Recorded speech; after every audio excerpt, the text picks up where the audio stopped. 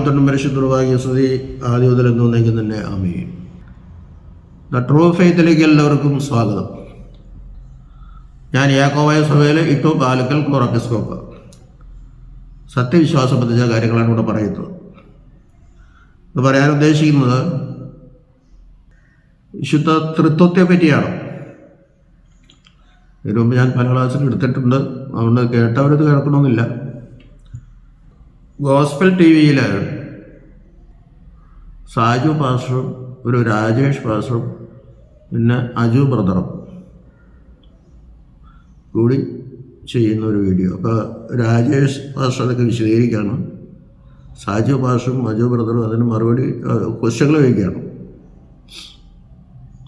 എല്ലാം വളരെ ഭംഗിയായിരുന്നു. പക്ഷേ ത്രിയേകത്വം എന്നാ നിലയ്ക്ക് വന്നില്ല. പറഞ്ഞവർ, പക്ഷെ അത് അങ്ങോട്ട് ഉൾക്കൊള്ളാൻ മുഴുവൻ ശരിയാണെന്ന് എനിക്ക് തോന്നണില്ല. ഞാൻ യാക്കോബായ സഭയുടെ വിശ്വാസം പറയാണ് ഈ വിശുദ്ധ തൃത്വത്തെ പറ്റി.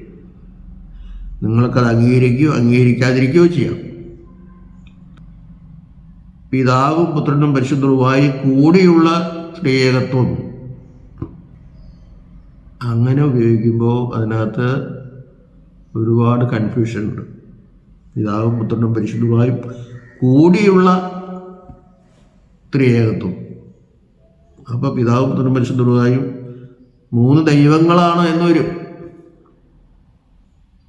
അല്ലേ? പിതാവും പുത്രനും പരിശുദ്ധരുമായ സത്യ ഏകദൈവം എന്ന് പറയാണ് ഞങ്ങൾ അങ്ങനെ പറയുന്നത്. കൂടാണ്ട് തന്നെ തൃത്വം വരും. ഞാൻ പറയാതെ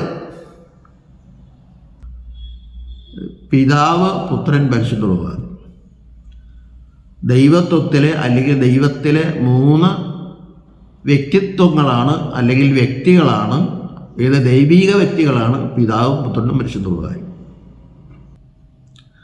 ആ മൂന്ന് പേര് ഡിസ്റ്റിങ്ക്റ്റ് ആയിട്ടാണ്, വ്യതിരിക്തമായി നിലകൊള്ളുകയാണ്. ഒരിക്കലും കൂടിച്ചേരല്ല.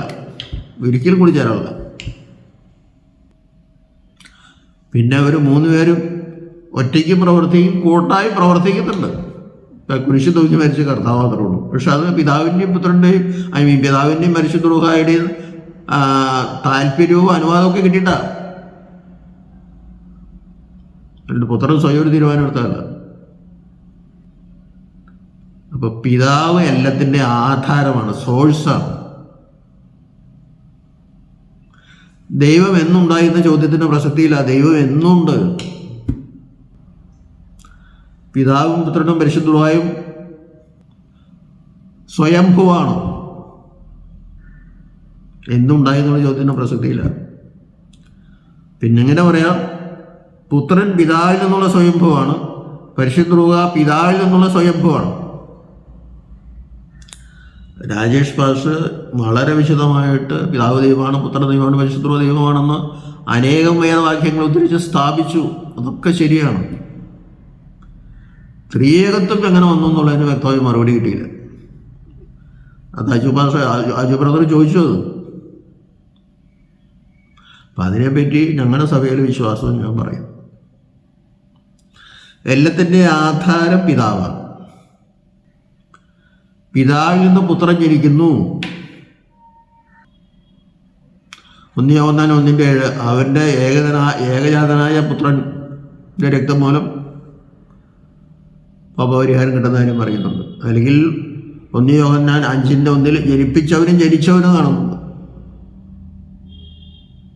പിന്നെ സങ്കീർത്തന പുസ്തകത്തിൽ ഇന്ന് ഞാൻ നിന്നെ ജനിപ്പിച്ചിരിക്കുന്നു. അപ്പം അവിടെ പിതാവിൽ നിന്ന് ജനിച്ചവനാണ് പുത്രൻ എന്ന് പറയുമ്പോൾ നമുക്ക് കുട്ടികളുണ്ടാകുന്ന പോലെ അല്ലത്. അതാണ് അവിടെ മനസ്സിലാക്കേണ്ടത്.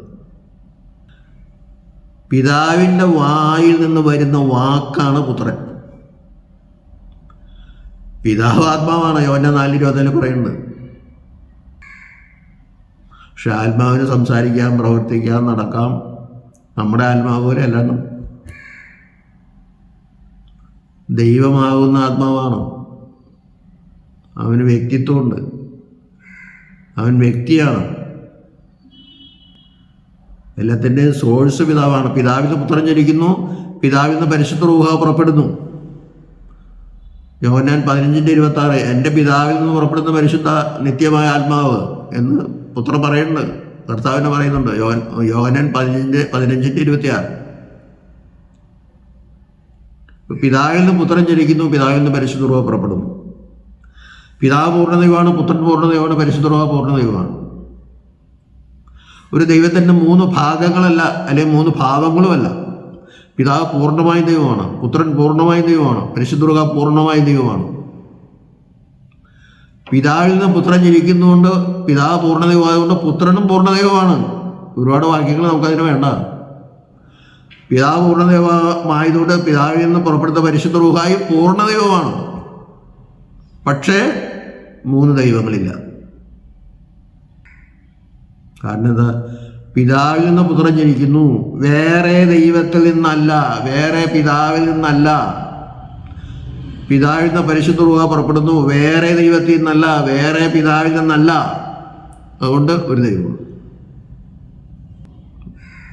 അത് മനസ്സിലാക്കാൻ ഇച്ചിരി ബുദ്ധിമുട്ടാണെങ്കിലും അത് ആലോചിച്ചാൽ പിടി കിട്ടും. ഞാൻ നേരത്തെ പറഞ്ഞു, എല്ലാത്തിൻ്റെയും സോഴ്സ് പിതാവാണ്. ഒരേ സമയം തന്നെ ഏകനും മൂവരുമാണ് വിശുദ്ധ തൃത്വം. ഏകൻ എന്ന് പറയുമ്പോൾ പിതാവിനെ ഉദ്ദേശിച്ച് അവിടെ പറയുന്നത്. ഏകത്വം പിതാവിനെ കൊടുക്കേണ്ടത്. കാരണം പിതാവിൽ നിന്ന് പുത്രൻ ജനിക്കുന്നു, പിതാവിൽ നിന്ന് പരിശുദ്ധ റൂഹ പുറപ്പെടുന്നു. പിതാവിൽ നിന്ന് പുത്രൻ ജനിക്കുമ്പോൾ വേറെ ദൈവത്തിൽ നിന്നല്ല, പിതാവിൽ നിന്ന് പരിശുദ്ധ റൂഹ പുറപ്പെടുമ്പോൾ വേറെ ദൈവത്തിൽ നിന്നല്ല. അതുകൊണ്ട് ഒരു ദൈവമുള്ളൂ എന്ന് പറയുന്നത്. അപ്പൊ പിതാവിനെന്താ എത്ര വലിയ മഹത്വം എന്ന് വെച്ച് കഴിഞ്ഞാൽ അങ്ങനെയാണ്. സ്വയം ഉത്ഭുതമായത് അങ്ങനെയാണ്. നമുക്കെന്ന് പറയാൻ പറ്റും. പിതാവ് ഉള്ളപ്പോഴേ പുത്രനുണ്ട്. ഞാൻ നേരത്തെ പറഞ്ഞു, നമുക്ക് കുട്ടികളെ ഇരിക്കുന്ന പോലെയല്ല. പിതാവിൻ്റെ മനസ്സിൽ വചനം ജനിക്കുന്നു, അത് വായിൽ കൂടി പുറത്ത് വരുന്നതാണ് പുത്രൻ. വേട്, വാക്ക് ഉണ്ടാകട്ടെ എന്ന് പിതാവ് മനസ്സിൽ വിചാരിച്ചു. അപ്പം തന്നെ അത് പുത്രൻ്റെ വായിലേക്ക് വന്നു കഴിഞ്ഞു. ഉണ്ടാകട്ടെ എന്ന് പറയുന്നതാണ് പുത്രൻ. ആ വാക്ക്, ആ വേട്. അതിൽ വചനമുണ്ടായിരുന്നു, വചനം ദൈവത്തോടായിരുന്നു, വചനം ദൈവമായിരുന്നു. ഞാൻ 1:1.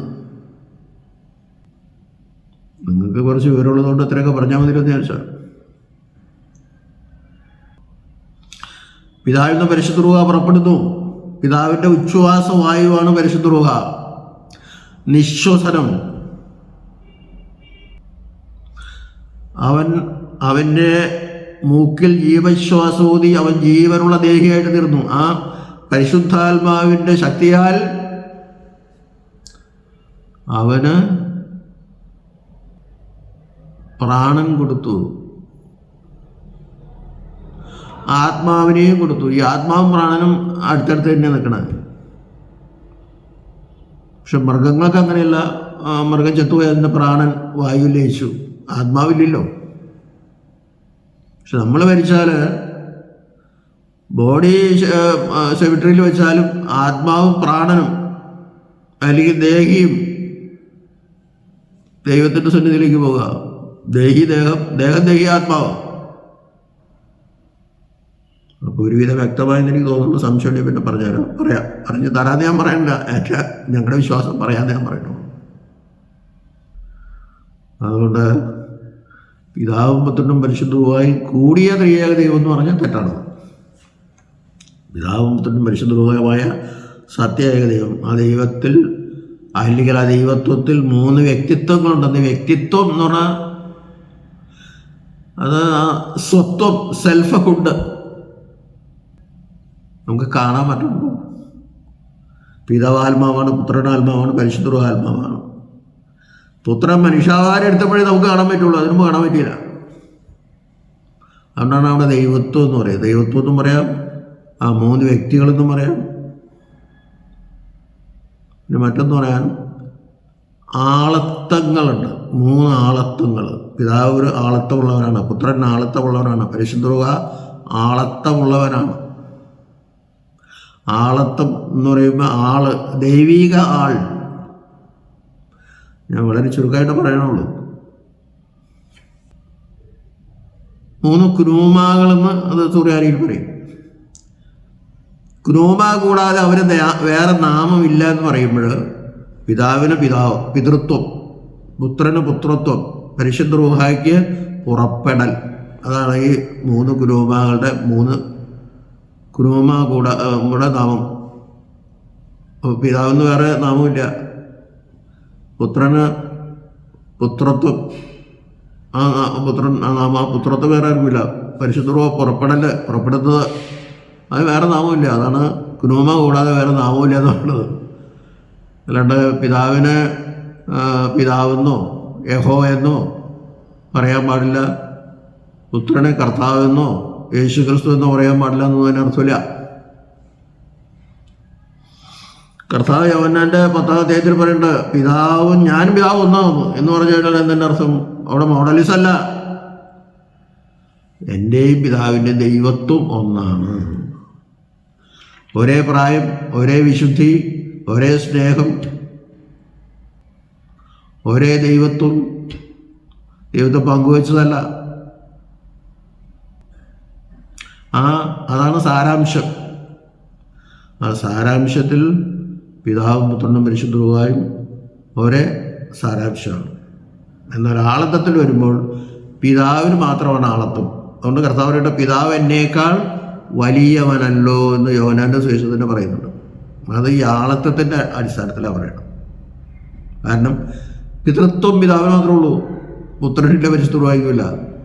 ആ പിതൃത്വത്തിന് ഒരു സ്ഥാനമുണ്ടല്ലോ. പുത്രത്വം അതുപോലെ തന്നെ പുത്രന് മാത്രമേ ഉള്ളൂ, പുറപ്പെട്ടിന് പരിശുദ്ധ റൂഹായിക്ക് മാത്രമേ ഉള്ളൂ. അത് പിതാവ് എന്നേക്കാൾ വലിയവനല്ലോ എന്ന് പുത്രൻ പറയുന്നു. ആദ്യം പറഞ്ഞു പിതാവ് ഞാൻ ഒന്നാകുന്നു, പിന്നെ പറഞ്ഞു അവിടെ ദൈവത്വം ഒന്നാണെന്നാ. പിന്നെ പിതാവ് എന്നേക്കാൾ വലിയവനല്ലോ എന്ന് പറയുമ്പോൾ പിതാവിന് പിതൃത്വം ഉണ്ട്, അത് വേറെ ആർക്കില്ല. അപ്പോൾ പുത്രനേക്കാൾ വലിയ ആളാണ് പിതാവ്. പിതാവ് ചെയ്യുന്നതല്ലാതെ പുത്രന് ഒന്നും ചെയ്യാൻ പറ്റില്ല. വാസ്തവം പറഞ്ഞാൽ പിതാവ് പുത്രനിൽ കൂടിയാണ് സംസാരിക്കുന്നത്.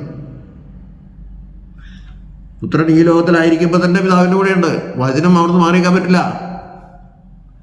പിതാവിനൊന്നും മിണ്ടണമെങ്കിലേ പുത്രനിൽ കൂടിയാണ് പറയണത്. പലരും പറയും ആ ലോകാവസാനം പിതാവിന് മാത്രമേ അറിയാവൂ എന്നെന്ന്. അത് അപ്പോൾ പുത്രനും പരിശുദ്ധമായൊന്നും ദൈവമല്ലേ എന്ന് ചോദിക്കുന്നവരുണ്ട്. തൃത്വം എന്താന്ന് മനസ്സിലാവാനുണ്ട. പിതാവിൻ്റെ മനസ്സിൽ ലോകാവസാനത്തിൻ്റെ ഒരു ചിന്തയോ ആശയമോ അല്ലെങ്കിൽ ഒരു വിചാരമോ ജനിക്കണം. ജനിച്ച അപ്പം തന്നെ പുത്രനെ അറിയും, അല്ലാണ്ട് പുത്രനെ അറിയാൻ പറ്റില്ല. പിതാവിൻ്റെ മനസ്സിലൊരു വചനം ജനിച്ചാൽ അത് പറഞ്ഞാലും പറഞ്ഞില്ലെങ്കിലും എഴുതിയാലും എഴുതിയില്ലെങ്കിലും പറഞ്ഞ പോലെയായി എഴുതിയ പോലെയായി അപ്പം തന്നെ. അതാണ് പിതാവ് പുത്രൻ്റെ ഓരോ പ്രായം എന്ന് പറഞ്ഞത്. അതുപോലെ പുറപ്പെടുന്നത് ഒരേ പ്രായത്തിൽ തന്നെയാണ്. പിതാവിനും പരിശുദ്ധാത്മാവിനും ഒരേ പ്രായമാണ്. പിതാവിൻ്റെ മനസ്സിൽ ജനിക്കുന്ന വചനം അല്ലെങ്കിൽ ചിന്ത അല്ലെങ്കിൽ വിചാരം അല്ലെങ്കിൽ ആലോചന ജനിക്കുമ്പോൾ തന്നെ പുത്രനെ അറിയണം. ഞാൻ പറയല്ലേ, ഉണ്ടാകട്ടെ എന്ന് ജനിച്ചപ്പോൾ തന്നെ പുത്രൻ അറിഞ്ഞു. അപ്പോൾ ലോകാവസാനം അതിൻ്റെ ഒരു ചിന്ത മനസ്സിൽ പിതാവിൻ്റെ മനസ്സിൽ വന്ന് അപ്പം തന്നെ പുത്രൻ കിട്ടും. അതിനുമ്പോൾ പുത്രനെ കിട്ടില്ല. അതുകൊണ്ട് പുത്രനുണ്ട് എനിക്കറിയില്ല, പിതാവിന് മാത്രമേ അത് അറിയാവൂ. ഇത്രയും കാര്യങ്ങൾ ഇതിൻ്റെ ബേസിക് പ്രിൻസിപ്പിൾസാണ്. ഇത് ഞങ്ങളുടെ വിശ്വാസമാണ്, യാക്കോബായ സഭയുടെ. ഞാൻ നിങ്ങളെ പഠിപ്പിക്കാനോ നിങ്ങളെ അപമാനിക്കാനോ ബുദ്ധിമുട്ടിക്കാനോ ഒന്നുമല്ല. തെറ്റുകൾ കണ്ടപ്പോൾ, ഞങ്ങളുടെ വിശ്വാസത്തിൽ തെറ്റുകൾ കണ്ടപ്പോൾ, ഞങ്ങളുടെ വിശ്വാസത്തിലല്ല, ഞങ്ങളുടെ വിശ്വാസം നിങ്ങളുടെ വിശ്വാസത്തിൽ അനുസരിച്ചിട്ടുള്ളതല്ല, അല്ലെങ്കിൽ അതിനകത്ത് തെറ്റ് കണ്ടപ്പോൾ ഞാൻ പറഞ്ഞു മാത്രമേ ഉള്ളൂ. പിന്നെ ത്രിമൂർത്തി എന്ന് പറഞ്ഞാൽ ഒരാൾ തന്നെ 3 തരത്തിൽ കാണപ്പെടാണ്. ബ്രഹ്മാവ് തന്നെ വിഷ്ണുവായിട്ട് വരും, ബ്രഹ്മാവ് തന്നെ ശിവനായിട്ട് വരും. ഒരേ സമയം ചിലപ്പോൾ 3 സ്ഥലത്ത് 3 പേരുണ്ടായതും വരും. പക്ഷെ തൃത്വം അങ്ങനെയല്ല. ഒരാൾ തന്നെ 3 ആളായിട്ട് വരാനല്ല, മോഡലിസം അല്ല. ത്രിമൂർത്തി ഏകദേശം ഒരു മോഡലിസം പോലെയാണ്, ഏകദേശം ഞാൻ പറഞ്ഞോളൂ. ഒരു ആൾ തന്നെ 3 ആയിട്ട് കാണപ്പെടുകയാണ്. ഇവിടെ അങ്ങനെയല്ല. പിതാവിന് പുത്രൻ ജനിക്കുന്നു, പുത്രൻ വേറെ വ്യക്തിയാണ്. പിതാവിന് പരിശുദ്ധ റൂഹ പുറപ്പെടുന്നു, പരിശുദ്ധ റൂഹ വേറെ വ്യക്തിയാണ്. കാരണം 3 വ്യതിരിക്ത വ്യക്തികൾ, പക്ഷെ 3 ദൈവങ്ങളില്ല. അതാണ് തൃത്വത്തിൽ ഏകത്വവും, ഏകത്വത്തിൽ തൃത്വവും. ഒരേ സമയം തന്നെ മൂവരും ഒരേ സമയം തന്നെ ഏകനുമാണ്. ഏകത്വം പിതാവിനുള്ളതാണ്. ഇത്രയും കാര്യങ്ങൾ സംശയം ഉണ്ടെങ്കിൽ ഇനി ചോദിക്കാം. നിങ്ങളത് അംഗീകരിക്കണമെന്ന് എനിക്ക് നിർബന്ധമില്ല. ഞാനൊരു വീഡിയോ ഇടാമെന്ന് പറഞ്ഞതുകൊണ്ട് ഇട്ടുപോയെന്ന് മാത്രമേ ഉള്ളൂ. ദൈവം നമ്മെല്ലാവരെയും അനുഗ്രഹിക്കട്ടെ.